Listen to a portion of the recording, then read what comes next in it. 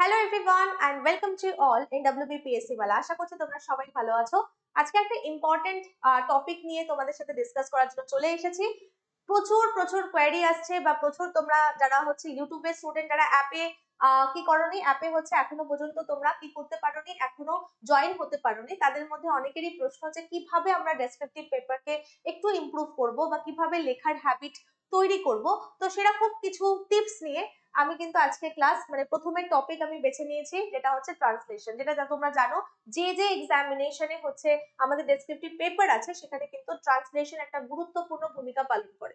আর যদি তুমি ট্রান্সলেশন সঠিকভাবে করতে পারো বা সঠিক পদ্ধতি অ্যাপ্লাই করো এবং তোমার মধ্যে সেই হ্যাবিটটা যদি তৈরি হয়ে যায়, ট্রান্সলেশন সঠিকভাবে করতে পারো, একটা সেন্টেন্সকে বাংলা থেকে ইংলিশে সঠিকভাবে লিখতে পারো, তাহলে কিন্তু তোমার যে কোনো ডেসক্রিপটিভের যে কোনো টপিক, সেটা যদি আমার রিপোর্ট হয়ে থাকে, সেটা যদি এসে হয়ে থাকে, আমি ডব্লিউবিসিএস এর কথা বলছি, বা সেটা যদি কোনো প্রেসি হয়ে থাকে, তাহলে তোমার লেখার জন্য কিন্তু সাহায্য করবে এই ট্রান্সলেশনে। কারণ ট্রান্সলেশন দেখো প্রত্যেকের সাথে ইন্টার রিলেটেড।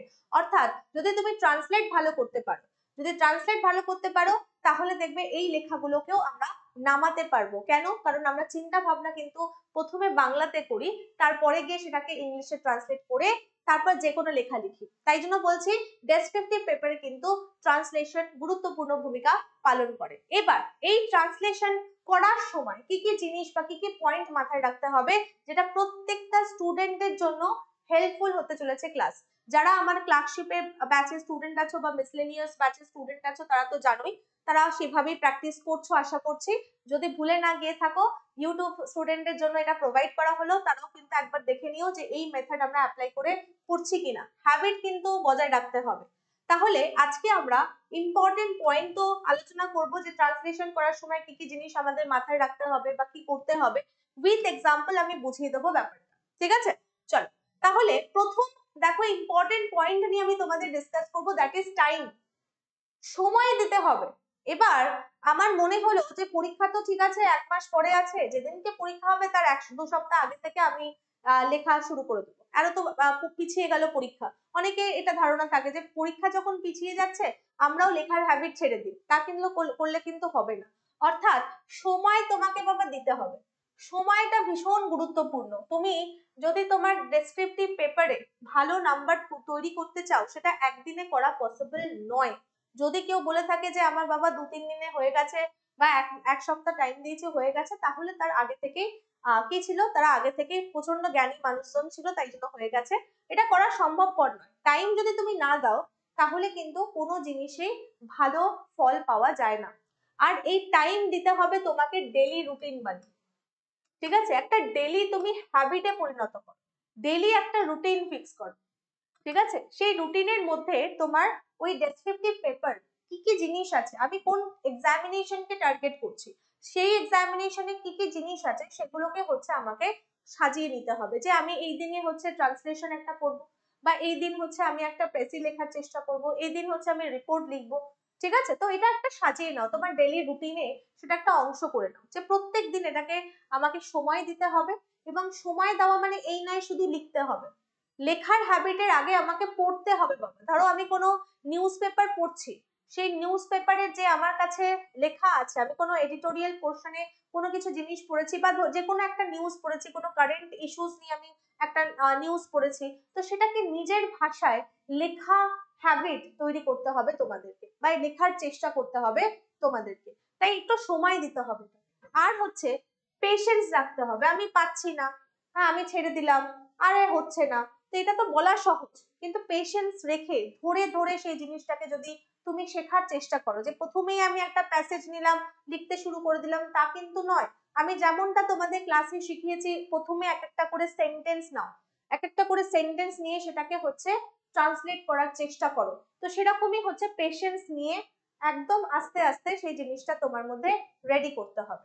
3 নম্বর হচ্ছে, যেটার জন্য যার ওপর যে দুটো স্তম্ভের ওপর বলতে পারো আমার ডেসক্রিপটিভ পেপার দাঁড়িয়ে রয়েছে, সেটা হচ্ছে গ্রামার অ্যান্ড ভোকাবুলারি। তুমি যদি একটা সেন্টেন্স কনস্ট্রাক্টই না করতে পারো, তুমি জানো না যে সাবজেক্ট ভার্ব এগ্রিমেন্ট কি হয়, সাবজেক্ট সিঙ্গুলার হলে ভার্ব সিঙ্গুলার হবে, সাবজেক্ট প্লুরাল হলে ভার্ব প্লুরাল হবে, বা যে বেসিক আমার কাছে যে ফান্ডামেন্টালস গুলো আছে সেগুলো যদি আমার কাছে ক্লিয়ার না হয় তাহলে কিন্তু আমরা কি করতে পারবো না, ট্রান্সলেশন করতে পারবো না, বা সেই তোমার মধ্যে কনফিডেন্স গ্রোই হবে না যদি তুমি গ্রামারে তোমার কোনো রকম নলেজ না থাকে। তাই বারবার বলছি, গ্রামার স্পেশালি যে সমস্ত জিনিসগুলো না জানলেই নয়, যেমন হচ্ছে পার্টস অফ স্পিচের ধরে ধরে সমস্ত মেম্বার গুলোকে ভালো করে জানার চেষ্টা করো, ঠিক আছে? এবং তার সাথে সাথে সাবজেক্ট ভার্ব এগ্রিমেন্ট থেকে শুরু করে এভরিথিং, টেন্স গুরুত্বপূর্ণ ভূমিকা পালন করছে, ঠিক আছে? আমি প্যাসিভ করতে পারছি কিনা, প্যাসিভে কোনো সেন্টেন্স বানাতে পারছি কিনা, তার জন্য ভার্বের ফর্ম কি ব্যবহার করতে হয়, এই জিনিসগুলো যদি আমরা না জানি, কোন টেন্সের প্রয়োগ কখন করব, যেমন ধরো পাস্টের কোনো ইভেন্ট কি দর্শাবার জন্য আমাদের কাছে তিনটে টেন্স থেকে থাকে, যেমন হচ্ছে আমরা সিম্পল প্রেজেন্টেও বলতে পারি, বা হচ্ছে আমরা প্রেজেন্ট পারফেক্ট ইউজ করে বলতে পারি, বা পাস্ট পারফেক্ট ইউজ করেও বলতে পারি। কিন্তু এবার তোমাদের বুঝতে হবে যে এই তিনটে টেন্স নিয়ে বেশি প্রবলেম হয় বলে বললাম যে পাস্টের ইভেন্ট এই তিনটে টেন্স নিয়ে আমাদের প্রবলেম হয়ে থাকে কোন টেন্সে লিখবো।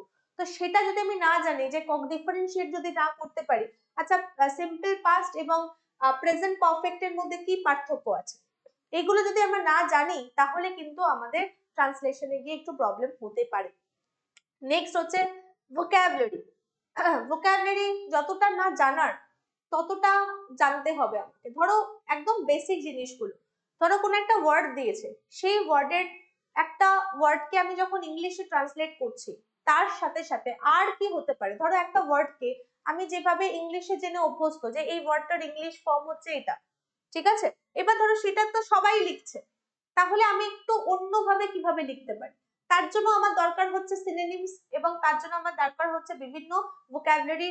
যখন আমরা পড়ছি ওয়ান ওয়ার্ডস কখন কাজে লাগবে, ওয়ান ওয়ার্ডস দেখবে অনেক সময় কাজে লাগে যে কোনো জিনিসকে কনসাইজ করে লিখতে হলে, আমি ধরো একটা ওয়ার্ডকে লিখে দিলাম যে লাভার অফ ম্যানকাইন্ড, আমি পুরোটা না লিখে আমি ধরো ফিলান্থ্রপিস্ট লিখে দিলাম, ঠিক আছে? তো এখানে আমার কি হলো, আমার ওয়ার্ডের সংখ্যাটা কমে গেল, বিকজ আমি জানি যে আমাদের যে ডেসক্রিপটিভ পেপার গুলো আছে সেখানে কিন্তু ওয়ার্ড কাউন্টকেও আমাকে মাথায় রেখে কিন্তু লিখতে হয়, ঠিক আছে? তো এই জন্য হচ্ছে ভোকাবুলারি গুরুত্বপূর্ণ ভূমিকা পালন করে। এবং সব থেকে দেখবে যে আমাদের যে ট্রান্সলেশনে কিছু ইডিয়মস আমাদের অ্যাড করতে হয়, অর্থাৎ ট্রান্সলেশনের সময় আমরা দেখব যে অনেক সময় বাংলার যে ট্রান্সলেশন করার সময় বাংলা থেকে ইংলিশে, তখন বাংলার যে সমস্ত ইডিয়মস গুলো ব্যবহার করা হয়ে থাকে, তো সেটার একদমই তুমি ইংলিশের ইডিয়মস ফর্ম তুমি নাও খুঁজে পেতে পারো, তখন তোমার তার কাছাকাছি রিলেটেড কিছু মানে একই রাখছে সেরকম কিছু আমরা ইডিয়মস কে এখানে ব্যবহার করে ফেলতে পারি, সেটারও নলেজ তোমার রাখতে হবে। তো সেই কারণে দেখো ভোকাবুলারি কিছু না হলেও তোমাকে জানতে হবে, যেটা হচ্ছে একদম বেসিক, যেটা না জানলেই নয়। তো সেই ভোকাবুলারি নলেজ কিন্তু তোমার এখানে কাজে লাগবে, অর্থাৎ তুমি তোমার প্রিলিমিনারি এক্সামিনেশনের জন্য তুমি যা যা নিজেকে প্রিপেয়ার করে ফেলেছিলে, এই সমস্ত কিছু কিন্তু তোমার মেন্সে গিয়ে কাজে লাগছে, অর্থাৎ ভোকাবুলারি যেগুলো তো আমাদের প্রিলিমিনারি এক্সামিনেশনে রয়েছে যেগুলোতে, তো সেই ভোকাবুলারি তো এমনি তোমাকে পড়তে হচ্ছে। যেমন আমি WBCS এর কথা যদি বলি, তাহলে সেখানে তুমি সেই ভোকাবুলারি, সেই গ্রামার, এগুলোকে সব তোমার কোথায় কাজে লাগাতে পারছো, তোমার মেন্স এক্সামিনেশনে কাজে লাগাতে পারছো। এবার অনেক পরীক্ষা হয়ে থাকে যেগুলোতে প্রিলিমিনারি বা প্রিলিমস এক্সামিনেশন হয়ে থাকে, সেখানে কিন্তু অনেক সময় গ্রামার বা ভোকাবুলারির পার্টটা সেখানে অ্যাড করা থাকে না, একেবারে মেন্স এর পার্টে সেগুলোকে অ্যাড করে দেওয়া হয়ে থাকে, ঠিক আছে? তো সেক্ষেত্রে কিন্তু আমি বলবো যে আমার তো প্রশ্ন কম আসে, আমি একটু কম পড়বো, সেই জিনিসগুলো করো না। যখন একেবারেই তুমি মেন্স এর জন্য পার্টিকুলার ইংলিশকে টার্গেট করে যখন শিখছো, তখন সেখানে গ্রামার ভোকাবুলারি ভালো করে শিখে নাও, বেসিক্স গুলো ভালো করে ক্লিয়ার করে নাও, তাতে করে তোমার ডেসক্রিপটিভ পেপারেতে কোনো অসুবিধা না হয়, ঠিক আছে? তো এই হচ্ছে আমার ব্যাপার, যে ইম্পর্টেন্ট পয়েন্ট আগে আমাকে মনে রাখতে হবে, যে একদম রাতারাতি রাতারাতি খুব জ্ঞানী ব্যক্তি না হলে, খুব ইন্টেলিজেন্ট না হলে তারা ডেসক্রিপটিভ পেপারে রাতারাতি ভালো করতে পারে না। ঠিক আছে? তো আমাকে বারবার মনে রাখতে হবে আমি সাধারণ মানুষ, আমি একদম কমন স্টুডেন্টদের কথা বলছি, যাদের প্রবলেম হয়ে থাকে, তো তাদের জন্য বলছি এই সময় এবং পেশেন্স দুটোকে তোমার ধরে রাখতে হবে। ওকে, চলো নেক্সট এবার চলে আসি। এবার দেখো কিছু ইম্পর্টেন্ট পয়েন্ট, স্পেশালি আমি এবার ট্রান্সলেশনের দিকে যদি ফোকাস করি, তাহলে এই ইম্পর্টেন্ট পয়েন্ট গুলো আমি তোমাদের কাছে ধরে রাখতে চাইবো বা তুলে তুলে ধরতে চাইবো। নাম্বার 1 দেখো কি আছে, প্রথমে যে প্যাসেজ তোমাকে, তুমি যেটা করছো বা যেটাকে পড়ছো বা যেটা তোমাকে দেওয়া হয়েছে, বা বাড়িতেও ধরো তুমি কোনো প্যাসেজকে ট্রাই করছো করার, তো সেটাকে ভালো করে পড়ো। কেন বলছি? কারণ ভালো করে না পড়লে তুমি তার থিম বুঝতে পারবে না, তার টোন বুঝতে পারবে না, বা কি তোমাকে এর মাধ্যমে যে ইনার মিনিং প্রোভাইড করা হয়েছে, যে রাইটার আছে, যে অথর আছে, ঠিক আছে, তো তার জিনিসটাকে তোমাকে বুঝতে হবে। তুমি যদি না বুঝে রোবটের মতো শুধু ওয়ার্ড টু ওয়ার্ড ট্রান্সলেশন করে নাও, তাহলে কিন্তু অনেক সময় গিয়ে সেই প্যাসেজের মাধ্যমে যে সেন্ট্রাল আইডিয়া বা যে থিম আছে সেটাকে তুলে ধরতে চেয়েছে লেখক তোমার কাছে, সেটা কিন্তু তুমি অধরা রেখে দাও। তো সেই কারণে বারবার বলবো যে এই প্যাসেজটা ভালো করে পড়ো, যে প্যাসেজ তোমাকে দেওয়া হচ্ছে। দরকার হলে সেটাকে হচ্ছে তুমি এক একটা করে সেন্টেন্সে পরে ভাগ করে পড়ো, আগে বোঝো, আগে পড়ো, আগে বোঝো যে কি বলা হয়েছে, এবং তার মাধ্যমে তুমি বোঝার চেষ্টা করো যে ওভারঅল কি মিনিং আমার কাছে দাঁড়ালো, ঠিক আছে, ওই প্যাসেজটার টোন কি দাঁড়ালো, কি পারপাসে লেখা হয়েছে। তো সেই সমস্ত জিনিসগুলোকে তুমি তখনই বুঝতে পারবে যখন হচ্ছে তুমি সেটাকে ভালোভাবে পড়বে। ঠিক আছে, বোঝা গেল? 2 নম্বর পয়েন্ট আশা করছি ক্লিয়ার হলো। নেক্সট দেখো কি বলা বলা হয়েছে, যে কালচারাল রেফারেন্সেস তোমার কাছে দেওয়া হচ্ছে, ভালো করে মাথায় রাখবে, আমরা যখন দুটো ল্যাঙ্গুয়েজ নিয়ে ডিল করছি, একটা হচ্ছে বাংলা থেকে আমাকে ইংলিশ করতে দিচ্ছে, তো প্রত্যেকটা ল্যাঙ্গুয়েজের কালচারাল যে রেফারেন্সেস আছে, ইডিয়মস আছে, এক্সপ্রেশন আছে, সেগুলো কিন্তু ডাইরেক্ট ট্রান্সলেশন করা যায় না। ঠিক আছে, এটা কিন্তু আমি লিখে দিয়েছি, ভালো করে দেখো। একদম কিছু কিছু প্রভাবস তোমার মিলে গেল, বাংলা থেকে ইংলিশে তুমি করে নিতে পারলে ট্রান্সলেট, বাট ডাইরেক্ট কোনো কোনো কিছু দেখবে যে ওয়ার্ড টু ওয়ার্ড ট্রান্সলেশন করে ফেললাম কোনো ইডিয়ামসে, সেটা কিন্তু করা যায় না, বা তুমি সেই মিলও পাবে। তখন তোমাকে কি করতে হবে, সিমিলার যে মানে বিশিষ্ট যে সমস্ত ইডিয়ামস আছে বা প্রভাবস আছে, সেগুলোকে সেই জায়গায় তুমি ইউজ করতে পারো বা ব্যবহার করতে পারো।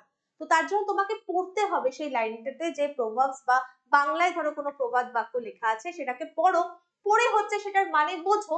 না মানে বুঝলে তুমি ইংলিশের কোন জিনিসটাকে দিয়ে এর সাবস্টিটিউট হিসেবে ব্যবহার করতে পারবে তা কিন্তু তুমি বুঝতে পারবে। তো সেই কারণে বারবার বলছে be aware of cultural references, idioms বা এক্সপ্রেশন যদি থাকে, মে নট ট্রান্সলেট ডাইরেক্টলি সেগুলোকে ট্রান্সলেট করার চেষ্টা করবে না, করা যেতে নাও পারে। কিছু এক্সপ্রেশন আছে বাংলায়, দেখবে আমি তোমাদের ক্লাসে করিয়েছি, কিছু বাংলার এক্সপ্রেশনস আছে, কিছু কোলোকেশনস আছে, সেগুলো দেখবে যে একদম আমি ইংলিশে ওয়ার্ড টু ওয়ার্ড ট্রান্সলেশন করতে পারবো না, তখন তার গায়ে ঘেঁষা মিনিং অনুযায়ী আমাকে এখানে কিছু ওয়ার্ডকে প্লেস করতে হয়।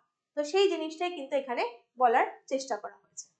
নাম্বার 4 দেখো কি বলেছে, গ্রামাটিক্যাল স্ট্রাকচারটা তোমাকে বুঝতে হবে, যে যেখান থেকে আমি বাংলার যে গ্রামাটিক্যাল স্ট্রাকচার হয়ে থাকে, সেখানে আমরা অনেক সময় দেখেছি যে আর্টিকেলের যে ব্যবহার হয়ে থাকে, আর্টিকেলের ব্যবহার আমরা ইংলিশে কত রকমের রুলস আমাকে দেখতে হয়, যে আর্টিকেল কার কার সাথে ইউজ হচ্ছে, কোথায় ইউজ হচ্ছে না, সেটা কিন্তু আমাকে বাংলায় দেখতে হচ্ছে না। তাই দুটো ডিফারেন্ট ল্যাঙ্গুয়েজের তোমাকে স্ট্রাকচার ভালো করে বুঝতে হবে, যে কোথায় কিসের প্রয়োজনীয়তা আছে, কোন টোনের জন্য আমরা কোনটাকে ব্যবহার করতে পারি। এই যে টি টাইয়ের যে ইউজেস আমি বাংলায় তোমাদের শিখিয়েছিলাম, সেটাকে যখন আমি ইংলিশে ট্রান্সলেট করছি, তাহলে সেখানে আমার কিসের প্রয়োজনীয়তা রয়েছে, তো সেই জিনিসটা তোমাকে বোঝার চেষ্টা করতে হবে, যে দুটো স্ট্রাকচার কিন্তু কমপ্লিটলি আলাদা। ওকে, নেক্সট চলে আসো, দেখো কি বলেছে, এবার আমার পরবর্তী এবার স্টেপে পৌঁছালাম, যে এবার আমি কোন ধরনের ট্রান্সলেশন করব। কারণ অনেক ধরনের ট্রান্সলেশন হয়ে থাকে, এতগুলো ধরন আমি নিয়ে ডিসকাস করব না, একদম 3 রকমের ধরনের আমি ট্রান্সলেশন দেখিয়েছি এখানে, বা দেখিয়ে থাকি, বা এগুলোকেই নির্ভর করে যা তোমাদের যে সমস্ত এক্সামিনেশন আছে তার ট্রান্সলেশন বাবা হয়ে যায়। তো সেই কারণে হচ্ছে আমি 3 রকমের ট্রান্সলেশনের মানে যে ধরন আছে সেটা নিয়ে ডিসকাস করব। তার আগে বুঝতে হবে যে এই প্যাসেজটা তোমার কাছে কি চাইছে, দ্যাট ইজ ভেরি ইম্পর্টেন্ট, যে তোমার কাছে কি চাইছে, যে সেটা তুমি লিটারাল ট্রান্সলেশন করতে পারবে না তুমি ডাইনামিক ট্রান্সলেশন করতে পারবে। তো সেই প্যাসেজটা পড়ে তোমাকে বুঝতে হবে যে হ্যাঁ, এই প্যাসেজে ধরো কোনো কনভারসেশন দিয়েছে, হয় না যে আমরা একে অপরের সাথে কি কথোপকথন করছি, তো কনভারসেশন অনুযায়ী কিছু প্যাসেজ দিয়ে থাকে, যে এর ডায়লগ হচ্ছে এটা, খানিকটা ডায়লগ রাইটিং এর মতো, এ বলছে এটা, ও এটা বলছে, ঠিক আছে, তো কোটেশন আমরা ইউজ করে সেটাকে যখন ট্রান্সলেট করব, তখন সেটাকে আমি যে লিটারাল ট্রান্সলেশন আছে সেটাকে আমি ব্যবহার করতে পারি বা প্রয়োগ করতে পারি। কিন্তু কখনো কখনো দেখবো কোনো প্যাসেজের ডিমান্ড হচ্ছে যে সেখানে আমি ডাইনামিক ট্রান্সলেশন করতে পারি বা লিটারারি ট্রান্সলেশন করতে পারি, যেখানে পোয়েটিক ট্রান্সলেশন যেটাকে বলা হয়, এবং তারও লিটারারি ট্রান্সলেশনের প্রচুর ধরন আছে। তো এত ধরন তোমাদের মাথা কামাতে হবে না, যেটাকে আমি বোঝাবার চেষ্টা করছি জাস্ট ওইটুকুই বোঝো যে এই যে লিটারাল যে ট্রান্সলেশন আমার দরকার হয় না ডাইনামিক ট্রান্সলেশনের দরকার পড়বে, সেটা প্যাসেজ তোমাকে বলে দেবে। ঠিক আছে, তো সেটাকে প্রায়োরিটাইজ করো যে আমার কিসের দরকার আছে। ঠিক আছে, তো সেই জিনিসটাকে আমাকে মানে দেখতে হবে যে ওভারঅল টোন বা মিনিং এর অ্যাকর্ডিং প্যাসেজের আমার লিটারাল ট্রান্সলেশন যাবে না ডাইনামিক ট্রান্সলেশন যাবে, এটা বুঝে নিয়ে তারপরে গিয়ে আমরা সেটাকে কি করব, আমরা সেটাকে ট্রান্সলেট করার চেষ্টা করব। ওকে, আশা করছি এটুকু ক্লিয়ার করতে পারলাম। নেক্সট চলে আসো।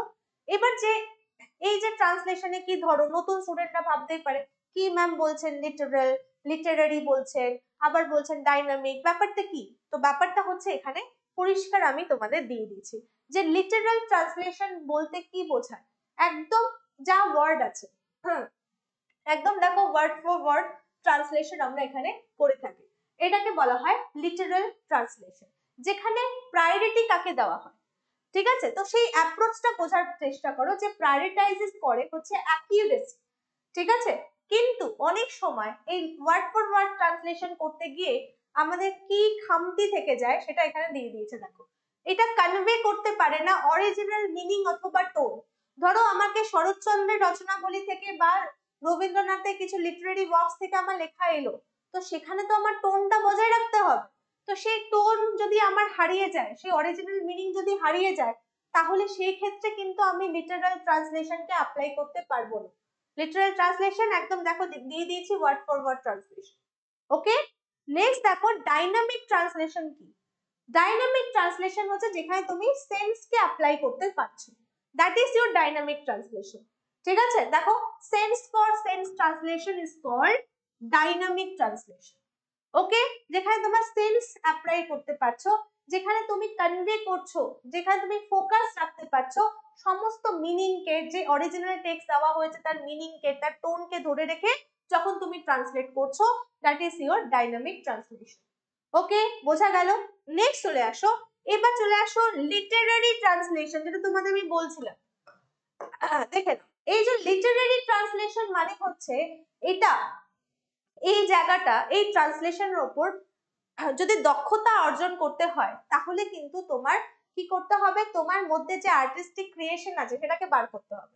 অর্থাৎ এর মধ্যে পোয়েটিক ট্রান্সলেশন ঢুকে যায়। অর্থাৎ তুমি একটা সেন্টেন্স পড়লে সেটাকে পড়ে তুমি আর কি রকম ভাবে ভেবে, হ্যাঁ আর তো পোয়েটিক কিছু রসদ এর মধ্যে বজায় রেখে যদি তুমি লিখতে চাও, ঠিক যেমনটা কবি করে থাকে, যে আমরা একটা সেন্টেন্স বা একটা লাইনকে যেভাবে দেখছি, হ্যাঁ দেখবে কবি একটু অন্যরকম ভাবেই সেটাকে দেখে। তো সেই জিনিসটা যদি আমি করতে পারি, that is your Literary translation. অর্থাৎ যেখানে হচ্ছে ফোকাস করা হয় on preserving the artistic and literary qualities of the original text। ঠিক আছে, তো সেটাকে যদি তুমি ধরে রাখতে চাও, সেই রসদটা বজায় রাখতে গেলে আমাকে কিন্তু সেই ট্রান্সলেশনটা করতে হয়, তখন সেটাকে বলা হয় লিটারারি ট্রান্সলেশন। এবং এই ট্রান্সলেশন তোমাদের খুব একটা প্রয়োজনীয়তা হয় না, যেটা আমি দেখেছি যে ফ্রি ট্রান্সলেশন, ডাইনামিক এবং ফ্রি ট্রান্সলেশনের মাধ্যমে বা কিছু কিছু জায়গায় তোমাদের লিটারাল ট্রান্সলেশনকে জড়িয়ে তোমরা কিন্তু তোমাদের লেখাটাকে নামাতে পারো। ওকে, তো এটা এটা হচ্ছে অনেকটা অ্যাডভান্স পোর্শন, এবং এই অ্যাডভান্স পোর্শনে তোমাদের ক্লার্কশিপ বা মিসলেনিয়াসের কোনো লেখাপত্র আমি দেখিনি যেখানে তোমাকে লিটারারি ট্রান্সলেশনকে ব্যবহার করতে হবে। এবার তো আমি এগুলো সব ডেফিনেশন বলে দিলাম। চলো একটা, এবার আমরা কি করব, এবার যেমনটা আমি তোমাদের বলেছিলাম যে প্রথমে আমার টার্গেট হবে একটা ছোট ছোট সেন্টেন্স নিয়ে নেব এবং সেটাকে আমরা করার চেষ্টা করব। তো সেই হিসাবে আমি এগুলোর এক্সাম্পল তোমাদের কাছে তুলে ধরবো।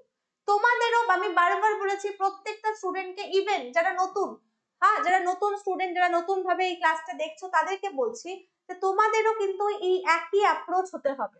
অর্থাৎ একটা সেন্টেন্সকে আমি নেব, সেটাকে আর কিভাবে বেটার ওয়েতে লেখা যায়। প্রথমে আমি আগে কি করলাম, আগে আমি হচ্ছে লিটারাল ট্রান্সলেশন করলাম, মানে একদম ওয়ার্ড ধরে ধরে সেটাকে ট্রান্সলেট করে আমি বসালাম। তারপরে তারপরে এটাকে আর বেটার ভাবে কি লেখা যায়। তো সেটারই হচ্ছে তুমি যখন আস্তে আস্তে প্র্যাকটিস করতে পারবে যে হ্যাঁ একটু ওয়ার্ড ঘুরিয়ে ফিরিয়ে দিলাম, একটু ওয়ার্ডকে চেঞ্জ করে দিলাম, দেখি না আর কিভাবে এটাকে লেখা যেতে পারে, এটা একমাত্র যখন তুমি প্র্যাকটিস করবে বাবা তখনই তোমার পক্ষে সম্ভব। এবং তুমি যদি এটা ডে ওয়ান থেকে তোমার প্র্যাকটিস এটা থাকে যে একটা সেন্টেন্সকে আমি আর কিভাবে লিখতে পারি, আর কি ওয়ার্ড ইউজ করতে পারি বা আর কিভাবে একটু চেঞ্জ করে লিখতে পারি, এটা যদি তোমার প্রথম থেকে তোমার কি হয়ে থাকে, তোমার প্রথম থেকে যদি এইভাবে প্র্যাকটিস হয়ে থাকে, তাহলে দেখবে পরীক্ষার সময় গিয়ে তো অনেক সময় হয় যে স্টুডেন্টরা অনেক কিছু ভাবছে খাতায় লিখতে পারছে। এটা হওয়ার কারণ হচ্ছে প্র্যাকটিস। যারা প্রথমে লেখার প্র্যাকটিস করে না, অনেক কিছু ভেবেছে কিন্তু খাতায় নামাতে গিয়ে আর মাথা থেকে খাতায় আর এসে পৌঁছাচ্ছে না, হাত চলছে না। তো এই হাত চালাবার জন্য তোমাকে ডে 1 থেকে খাটতে হবে। ঠিক আছে, চলো দেখে নিয়ে যে এবার কিছু এক্সাম্পল দেখো। এবার এই যে নানা রকম ট্রান্সলেশন আমরা দেখলাম, এই যে লিটারাল, ডাইনামিক বা লিটারারি ট্রান্সলেশন, এটা একটা ছোট ছোট কিছু সেন্টেন্স দিয়ে আমরা পড়ার চেষ্টা করব। হ্যাঁ, আমরা তো বড় অথর নই বা বড় কবিও নই, তাই এই লিটারারি ট্রান্সলেশনের ক্ষেত্রে গিয়ে দেখবো যে আমরা আমাদের মতো করে কিভাবে এটাকে ভাবতে পারছি বা কিভাবে এটাকে লিখতে পারছি, একটু চেষ্টা করে দেখো। দেখো কি বলেছে, সে অনেক রাতে বাড়ি ফিরেছে। এখানে একটা দাড়ি দিয়ে দিও, দাড়িটা নেই। সে অনেক রাতে বাড়ি ফিরেছে। সে অনেক রাতে বাড়ি ফিরেছে, এটা যদি আমি লিটারাল ট্রান্সলেশন করি, এবার অনেকের মনে হতে পারে, দেখো এই ছোট ছোট জিনিসগুলো তোমাকে কিন্তু মাথায় রাখতে হবে, যে এই যে সে কথাটা লেখা আছে, হ্যাঁ, তো সে জিনিসটাকে আমরা বাংলাতেও সি লিখতে, মানে বাংলায় সে তো মেয়ের জন্য হয়ে থাকে, ছেলের জন্য হয়ে থাকে, তো ইংলিশে কি লিখবো? তো মনে রেখো, ইংলিশ ল্যাঙ্গুয়েজে আমরা যেখানে কমন জেন্ডার হয়ে থাকে সেখানে প্রেফার করি মেল জেন্ডারকে। তো আমি প্রেফার করব এখানে হি দিয়ে লেখা। যদি তোমরা সি দিয়ে লিখতে চাও তুমি লিখতে পারো, কোনো অসুবিধা নেই, কিন্তু মনে রেখো ইংলিশ ল্যাঙ্গুয়েজে কিন্তু আমরা সবসময় প্রেফার করি হি কে। ওকে, তো যদি আমি হি দিয়ে লিখি, দেখো রাতে বাড়ি ফেরা, সে অনেক রাতে বাড়ি ফিরেছে, শুধু মেয়েদের ক্ষেত্রে কেন হবে, ঠিক আছে, ছেলেদের ক্ষেত্রেও হতে পারে, তো সেই কারণে আমরা হি কে প্রেফার করলাম। চলো হি দিয়ে লিখি।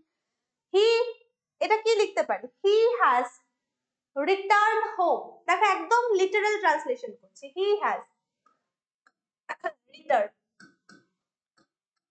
ফিরেছে বলেছে, এই টোন গুলো তোমাকে বুঝতে হবে যে আমি কোন হচ্ছে টেন্স ইউজ করব। তাহলে দেখো হি হ্যাজ রিটার্ন হোম, একদম ওয়ার্ড টু ওয়ার্ড, বাড়ি ফিরেছে, তাহলে হি হ্যাজ রিটার্ন হোম লিখে দিলাম। তারপরে লিখবো very night.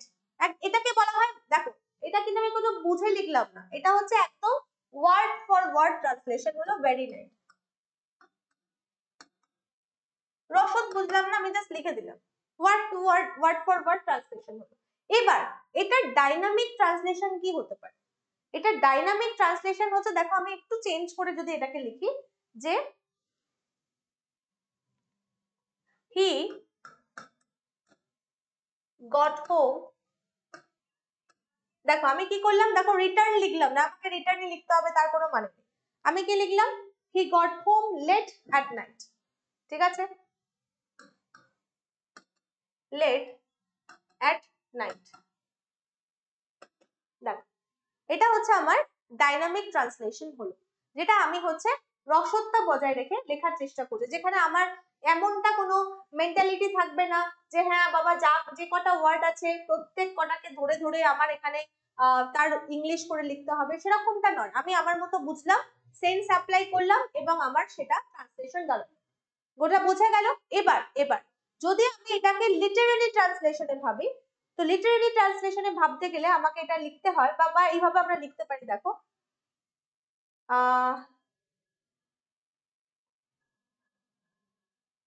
He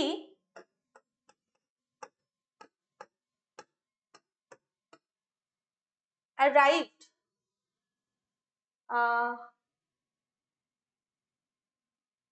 well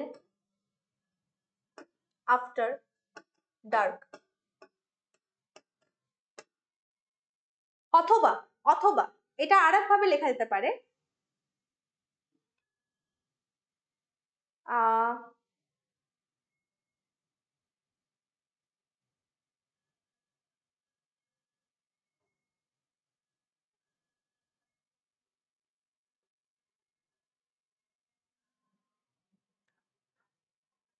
the night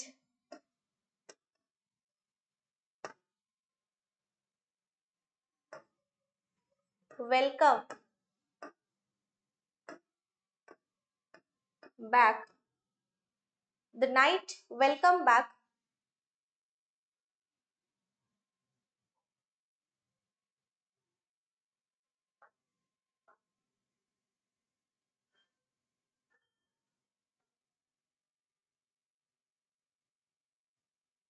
বা ওয়েলকাম হিম ব্যাক হোম। দেখো এইভাবে লিখতে পারি, ঠিক আছে, অথবা এইভাবে লিখতে পারি he return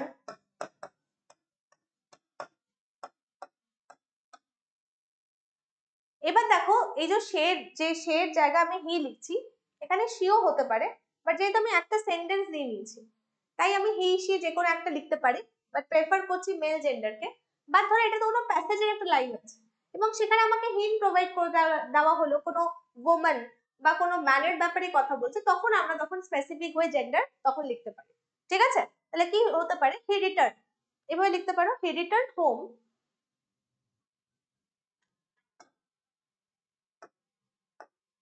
beneath the he returned home beneath the, তাহলে আমি লিখে দিলাম স্টারি নাইট, স্টারি নাইট। দেখো এটা হচ্ছে আমার লিটারারি ট্রান্সলেশন, ঠিক আছে, বোঝা গেল? একদম ছোট ছোট আমি কিছু সেন্টেন্স দিয়ে তোমাদের বোঝাবার চেষ্টা করছি, ওকে। তাহলে এখানে আমাকে একটু ভাবতে হচ্ছে বাবা, এখানে আমাকে একটু ভেবে ভেবে বুঝে করতে হচ্ছে, যেখানে হচ্ছে আর কি ধরনের হচ্ছে কি হতে পারে লেখাটা হতে পারে, বা এই সেন্টেন্সটা কিভাবে সুন্দরভাবে ফুটিয়ে তুলতে পারে, যেখানে হচ্ছে আমার আর্টিস্টিক ক্রিয়েশন এখানে যুক্ত হয়ে যাবে, ঠিক আছে, বুঝতে পেরেছো? That is your Literary translation. আচ্ছা চলো আরো একটা দেখে নিই, চলো আরো একটা এক্সাম্পল দেখে নিই। দেখো কি আছে, আমার মন খারাপ লাগছে কারণ বৃষ্টি হচ্ছে আর আমি বাড়িতে একা বসে আছি। একদম ভাগ করে নাও, প্রথমে কি করে নাও, দেখো নাম্বার ওয়ান করে নেবো আমার মন খারাপ লাগছে, ঠিক আছে, 2 নম্বর হচ্ছে কারণ বৃষ্টি হচ্ছে, আর 3 নম্বর হচ্ছে দেখো কি আছে, আর আমি বাড়িতে একা বসে আছি। এইভাবে 3 ভাগে ভাগ করে নেবে যদি বড় সেন্টেন্স হয়, প্রথমে কারোর করতে অসুবিধা হয়।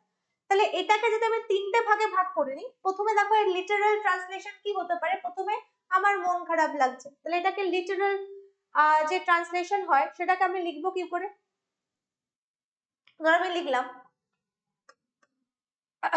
my mind is feeling bad, ঠিক আছে, দেখো একদম একদম হচ্ছে ওয়ার্ড ফর ওয়ার্ড চলছে আমাদের ট্রান্সলেশন, ঠিক আছে। এবার দেখো কারণ বৃষ্টি হচ্ছে, বৃষ্টি হচ্ছে দেখো একদম আমি কোনো সেন্স অ্যাপ্লাই না করেই আমি লিখে দিচ্ছি বিকজ রেইন ইজ হ্যাপেনিং, এইভাবেই চলে হচ্ছে আমার লিটারাল ট্রান্সলেশন।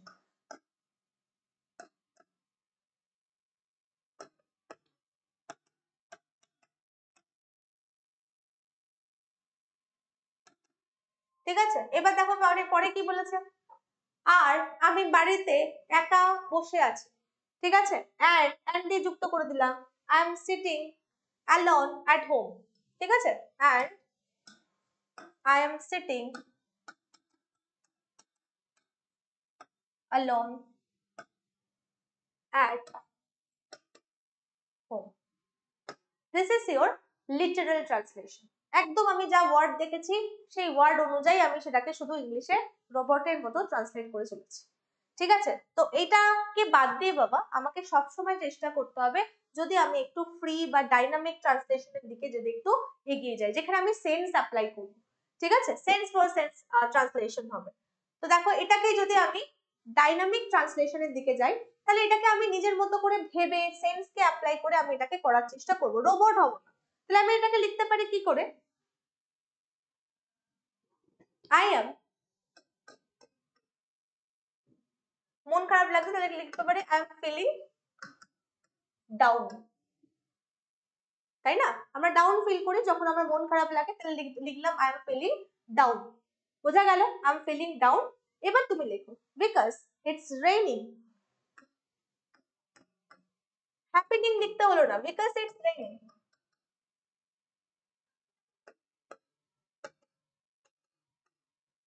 ওকে, দেখে নাও বিকজ ইটস রেইনিং, ঠিক আছে, and I'm stuck, আচ্ছা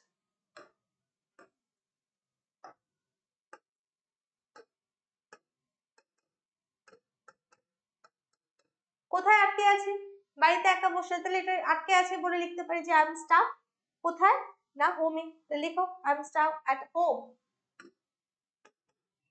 alone, alone।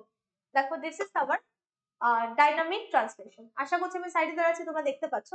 ওকে, এবার চলে আসো, যদি আমি এটাকে লিটারেরি ট্রান্সলেশন করতে যাই, তাহলে দেখো অন্য থেকেও একটু ডিফারেন্ট ভাবে তোমাকে পোয়েটিক ভাব নিয়ে তোমাকে এটাকে ভাবতে হবে।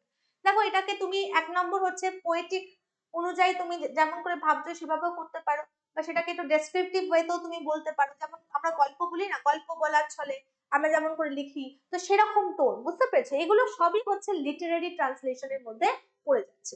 তো দেখো এটা এটা একটু অন্যরকম ভাবে যদি আমি লিখতে চাই, অন্য কালি এটাকে লেখা যেতে পারে। ধরো আমি লিখতে পারি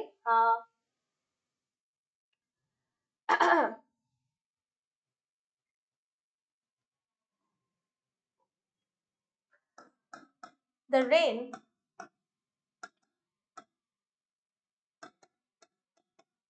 whisper,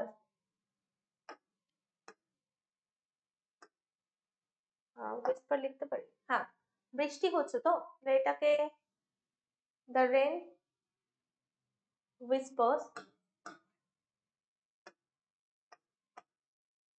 secrets। হুম দেখো এটা কিভাবে লেখা যেতে পারে, the rain whispers secrets and I am, দেখো alone মানে সেটা আমি lost, and I am lost, ঠিক আছে, and I am lost। দেখো ওই সেন্সটাকে কাজে লাগাও, কোথায়, একা বসেছে, তার মানে একা থাকা, ঘরে থাকা মানে একাকী ফিল করা, লস্ট ইন সলিটিউড। দেখো এবার লিখতে পারি, দেখো and I am lost in solitude, ঠিক আছে, এবং একা আমার মন খারাপ লাগছে, তাহলে এটা কমা দিয়ে লিখতে পারি যে মনে হচ্ছে যেন বেদনার ক্যানভাস আমার হৃদয়।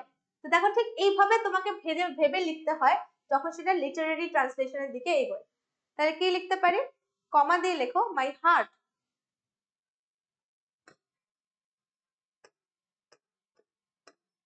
মাই হার্ট কিসের মতো, ক্যানভাস, সেটা কিসের, সরো, তাহলে লেখো my heart, heart is a, my heart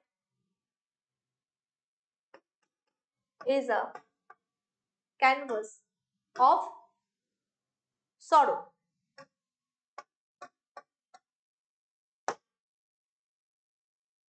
ঠিক আছে, দেখো এইভাবে হচ্ছে আমরা এটাকে নামাতে পারি।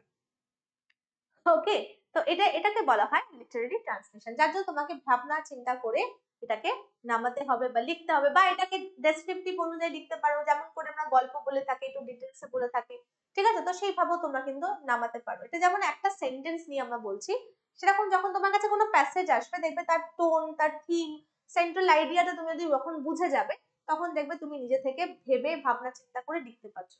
This is advance. বাট আগে আমাকে চেষ্টা করতে হবে আমি এই জায়গাটা পৌঁছাচ্ছি কিনা, ঠিক আছে, আমি এই জায়গাটা পৌঁছাচ্ছি কিনা। তাহলে আমি যখনই চেষ্টা করব এই লিটারাল ট্রান্সলেশনে মানে যেতে, তখন বুঝতেই পারছো সব জায়গায় এটা প্রযোজ্য নয়, সব জায়গায় এটাকে খাটানো যাবে না। কোথায় খাটানো যাবে সেটাও কিন্তু আমি মেনশন করলাম।